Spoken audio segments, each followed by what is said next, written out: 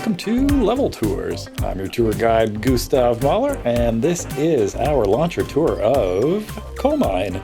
It's actually our first time to Coal Mine, so we might be taking a look at some of the closer details of Coal Mine, especially in the second half, the private tour. Here at Level Tours, we give a public tour and then a private tour. Currently, the public tour looks like a fresh start. Brand new lobby with 4 strangers on both sides, I'm pretty sure. I don't think they are teamed up, but we'll try and figure that out as we go. There's a really common bomb that's just sort of insurance for if somebody comes up behind me as I'm trying to go this away. Looks like nobody has, but there is some action over here. Somebody's picking somebody up, and you want to shoot the picky-uppy guy, not the upped guy. You want to shoot the picker-upper, not the picker-uppy. Because A, you don't want to steal somebody's kill, but B, the guy is, the only threat to you is the guy who is currently alive. So pick that guy. So yeah, let's grab a box before we join the action back up. Now I do think they're going to spawn back here behind, and I ordinarily would not go this way. But since I'm trying to, make good content for you, get an interesting show with things happening, then I want to go rush the spawn.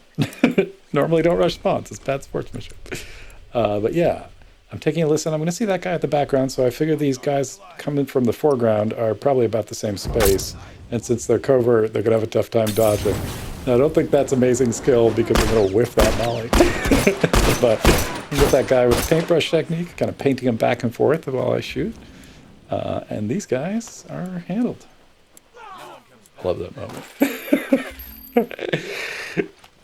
But then, yeah, I should probably have listened for the fourth guy. That's bad counting.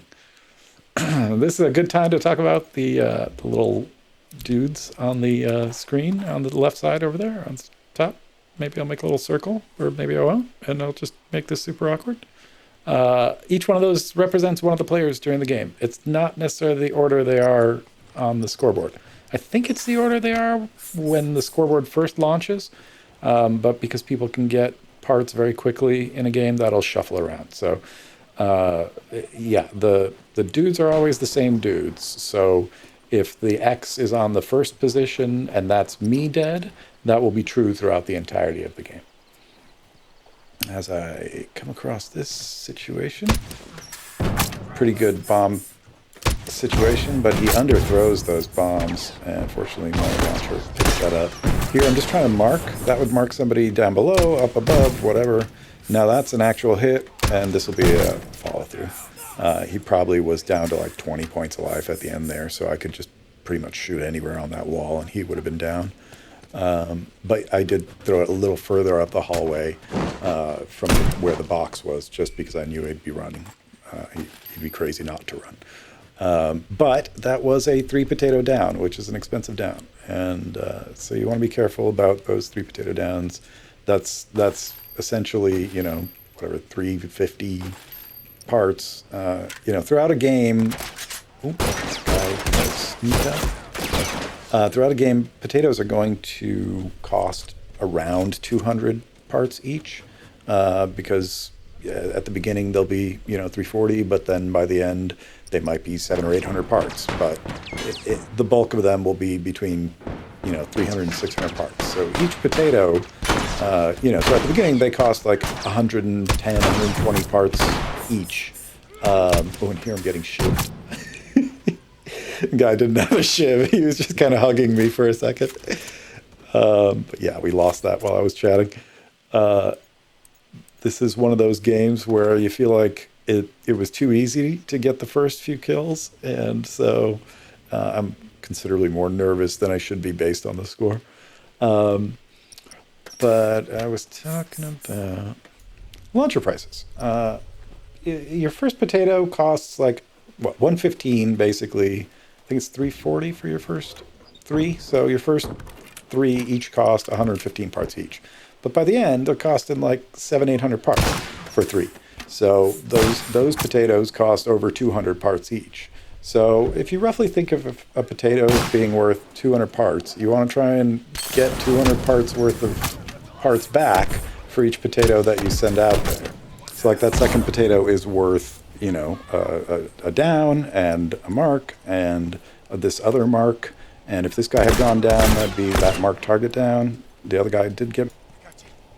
So I'm going to get the pickup here. Well, we'll try. And this guy's going to show us why you shoot the guy who is picking up rather than the guy who's down. Because if he had shot the pick-upper rather than the pick-upee, well, I guess he would have gotten this down. I'm dead either way. But they wasted a bomb on it and a couple of attacks. So you never know. It might have been worth it. Beautiful Molly, but it took him so long to aim that up that nobody was there anymore by the time it landed. I did see somebody on the bridge. Don't really know if that info will come in useful again. Because I'm going to hit the box. Let's gear up and get into this fight. Coal mine tends to spawn you as far from the action as humanly possible or physically possible. So sometimes you just got to sprint to get back into the action. Back in action. And I'm going to grab this box. It looks like Fire Insurance 92 and Kovarki are doing well. Winning their fight. Here's a nice little bomb right by that health kit. Bombs by health kits are generally going to pay off. Clover key. I like it. Yeah, I'm going to grab my blueberries and move around. You'll see that I don't always grab all my blueberries, especially when I'm just trying to do these tours. And that's because I'm really rarely out of ammo. It just doesn't come up that often. Mostly the blueberries end up being a distraction or something fun to do at the end of the game where you kind of sprint around and grab your 12 blueberries or whatever if you've had a good round. That could be a fun little bonus at the end of an easy game. But it looks like we have some action ripe for a launcher here. Or a molly. Or both. Here I'm trying to create additional distance because my launcher shoots further than your molly, so might as well take advantage of the weapon's natural proclivities and steal one of my own kills. Here we are going to go towards one of the most likely spawns. It is 1v3 if they're all over here, so I'm going to keep my distance and use my launcher as an advantage. You can mark with a launcher just like that. Rough tangent there, looking the very wrong way. And normally I'd let this guy pick that up and I'd run away and like try and get a fair fight. But since you guys are here and you want to see some launcher action, that's how you do that. Before we go to the second half of the tour, I want to thank Fire Insurance 91 and 92 and Cloverkey for being awesome teammates, and Rasik Caesar, Jared Chacon, Rough Tangent, and the new guy, the Ed, for being great opponents. Hey, you got it down, Ed. Nice job.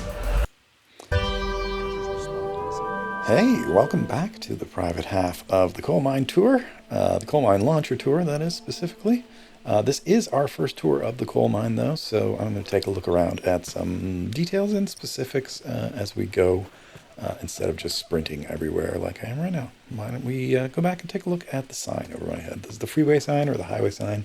It's really the entrance sign, and it says, that. It's the Warren Coal Mining, Inc., and that's the road that trucks would barrel down somehow, or maybe they'd come, I'm not really sure, maybe they'd come this way? I don't know. I don't really think there's a logical road for trucks to have come down to get here, but whatever. It's a coal mine, and that's the sign for it.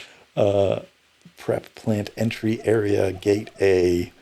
Yeah, there's a couple more little cool signs here, including this awesome active mine area with no unauthorized persons will be allowed on site. So I hope you have your authorization and your helmet, or at least a hard hat as we go out on our tour here. That's the number 3 door, and that's the number 4 door. I'm going to grab this box and then take a look at some more of the doors with numbers on them, and doors without numbers on them. Here's the number 1 door, completely different style of door numbering. It's very interesting to people who are obsessed with graphic design details. The 3 and 4 share one style of door numbering, and the 1 and the 2 share a different style of door numbering for some reason. Oh no, 2 is the same as 3 and 4, but just 1 is different for some reason. Anyway, so that's 1, 2, 3, 4. Easy to count doors on that side. Over here, there is absolutely no marking for any of them. So we're going to kind of make up some names. This is either the do not block door or the exit door. From the inside, there's an exit sign. This is the main door, the mine foreman offices, or the offices door. And this is the secret door or the side door over here. This is, it's kind of a workers' entrance, really. So you could call it that as well. You should be careful of campers hanging out in here. This is a very common campy spot, as is this kind of post here. It's not really campy, but you can see most of the room from here. It's a good spot to hang out, and do remember to wear your safety equipment. There's a very cool sign in the corner you can barely see here, so pop that out for you. Restricted access. Authorized maintenance only to the ventilation system. Yeah, that's what this is here. This is part of the ventilation system, the turbine. Call that one the downhill turbine. This is the number 2 coal chute or something. I don't even know. Nobody ever uses those reference numbers. Yeah, that's the number 3 coal panel or whatever. And that's the 4. Oh, well, we're not looking at the number 4 coal panel, so let's just continue on. Over here's the exit door. On this end, and this is the uphill end of the building, and that's the entrance door then, I guess. This is the half open door, or the sideways door, I've heard it called. And this here is the double door, or we're going back to the sideways door, or the half open door. You will see fights happen here a lot. Oh, I guess this one's the exit, and then, I don't know, right, from outside, that's the exit, from the other side, that's the exit, so I guess they're both exit doors. Big door, little door, maybe? Anyway, half open door, and then over here we have the double door. I've also heard people call this the gate, or the ranch door, or the truck door. And then, yeah, back over here to the door we don't really have a name for. Could call it the do not block door, or the blasting area door. That's a really great sign there. Pilgrim Pass surface mine. Tells you all about the warning signals that you would hear before a blast went off for their coal mining mountaintop removal operation. Anyway, yeah, this you should think about the fact that coal mines are incredibly filthy places covered with coal dust, which is like chalk but coal, and it gets everywhere. So yes, no eating, drinking, or smoking is allowed in this area. Things are very flammable around here. Coal dust will go. But let's continue around. Since this is the number 1 door, then we'll call this the number 1 window and the number 1 staircase over there. You can also think of that as the odd side, because that's where the 1 and the 3 door are. This is the number 2 window, and this is the number 2 door over here. So you could think of this as the even side. That's a really cool sign. Kudos to whoever did the signage art here. Probably took you a month or something. That looks awesome. So yeah, this is the even side, that's the odd side. I don't know if that really helps. This here in the middle is a generator, or the power station. I've heard people call it the elevator as well. Kind of looks like an industrial elevator. I've even heard people call it the steel box, or the rivets box. So, if you ever hear any of those, this is the area they mean. It's got do not block on every side. Must be some reason for that. I don't even see what you could block, but whatever. Another cool sign there. Yeah, very cool art assets all over the coal mine. Neat stuff to look at. Not that you'll ever have a chance to. A little danger sign. Hard hats are required. I hope you have that on. They warn you everywhere, and that's because coal could fall on your head somehow. And you don't want that. From here, you do have a pretty good angle towards the box and where people will come out of that area.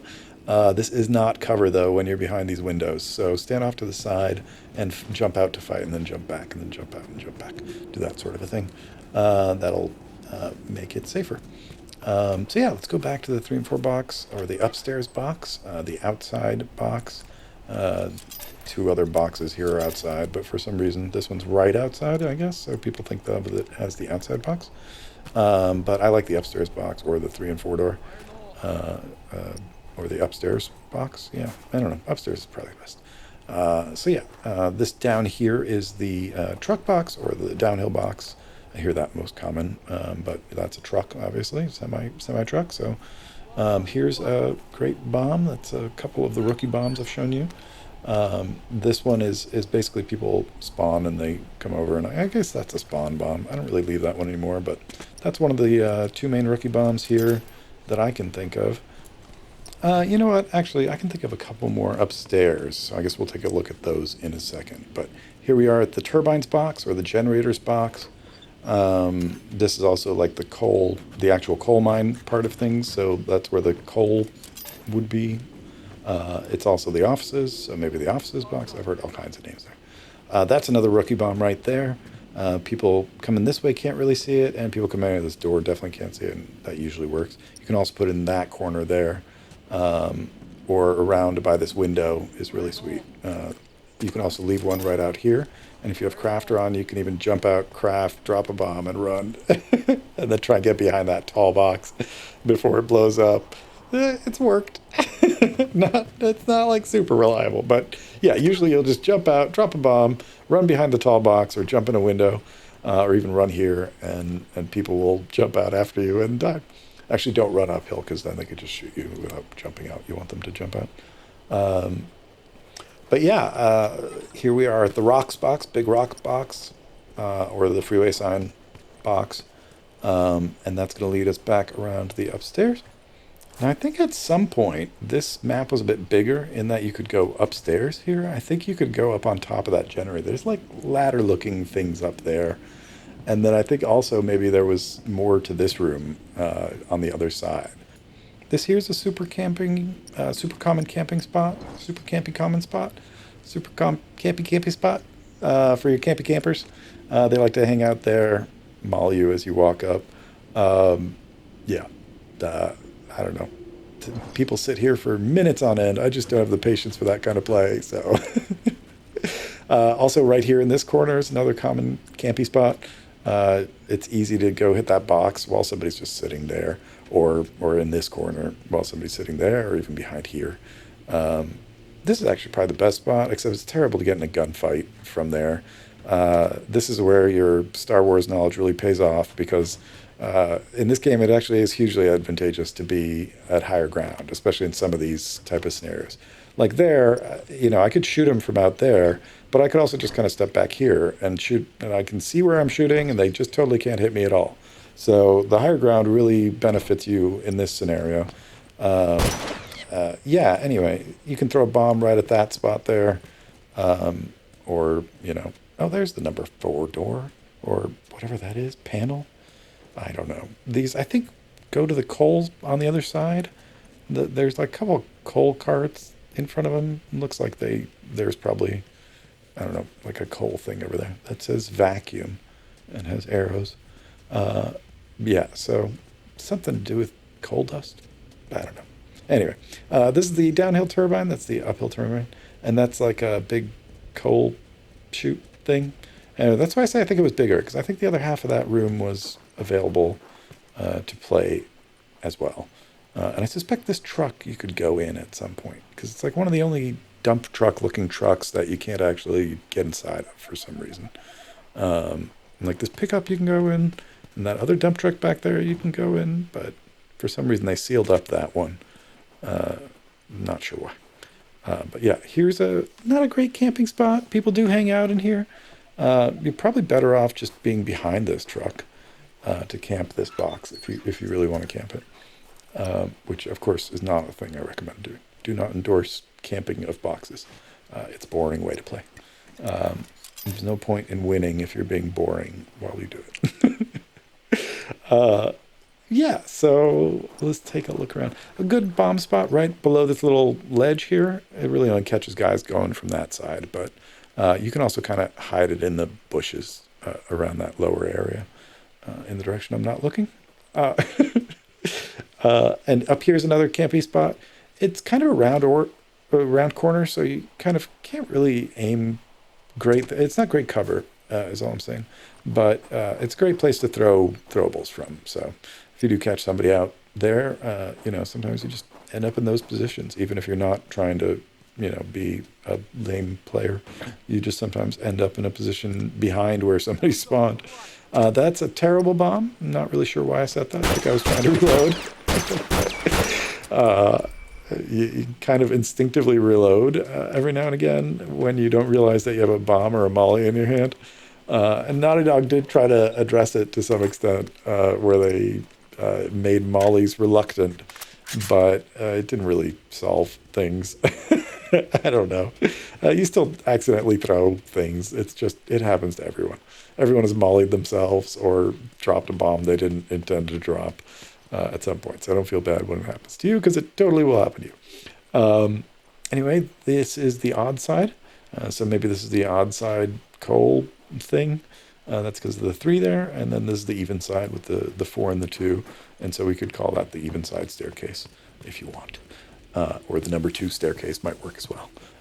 Or the number 4. Heck, you could use any sort of number. Call it the 42 staircase. 4 to 2. 4 to 2 staircase. There's another freeway sign down here. So sometimes people say the bottom sign. They mean like way down here behind this U-Haul or on this U-Haul. People sometimes hang out in this dump truck for sniping or whatever. Don't love any of those positions. Generally, if you're down a hill, just down here, you just want to go. You don't want to have that height disadvantage on you. And, oh, well, that's not very well placed. You can hide that bomb in that little shrubbery by the front of that cart, but maybe even there it would be getting somebody. I don't know. Also, the shrubbery right by my feet there. Yeah, right there. Another great bomb spot right in there. And yeah, that's a good bomb spot. This one here that I left, obviously a good bomb spot because, you know, it's in the cover and people come around that corner and see it. I don't know if I'd call those rookie bombs because they're not really all-way bombs, but they're decent bombs. People do leave bombs in this crack. If you leave it way down in there, you got to leave a double. A single's never going to catch anyone, and a double, frankly, won't catch most people. It's too common a bomb, and it doesn't even work as a rookie bomb anymore, even against rookies. So don't bother. That's some kind of a coal chute thing, but as you can see, it doesn't really go anywhere. It's an empty void. That's really just a black square. But yeah, kudos to the designers of this map. Coal Mine is full of wonderful launcher and throwable opportunities. There's a great throwable trick you can do, kind of throwing over the top of this here. You can either throw up against that pipe or just kind of throw straight forward there like that. You can even kind of bounce it, I think, off of this. And that might have been, yeah, no, that's not it. I think you want the arrow pointing sideways from there, but you can definitely throw a molly there. As you can hear, it's setting off that bomb up there. But yeah, that lands basically in the middle of the bridge door. And this here will just let you throw it right at the box. You've got a kind of rainbow over that pipe, and that'll throw it basically right at that spot behind the tall box where people like to camp, like I showed you earlier. Anywhere that you see campers lot is a good place to throw sort of exploratory mollies or bombs or potatoes for that matter. But yeah, that's our tour of Coal Mine. I hope you've enjoyed this. I hope you learned something. I certainly did. I don't know what that was, but I'm sure it was valuable. Anyway, this is Gustav Mahler signing off. You've been enjoying Level Tours, helping you kill me since 2020. Yeah, so we'll see you next time. Ciao.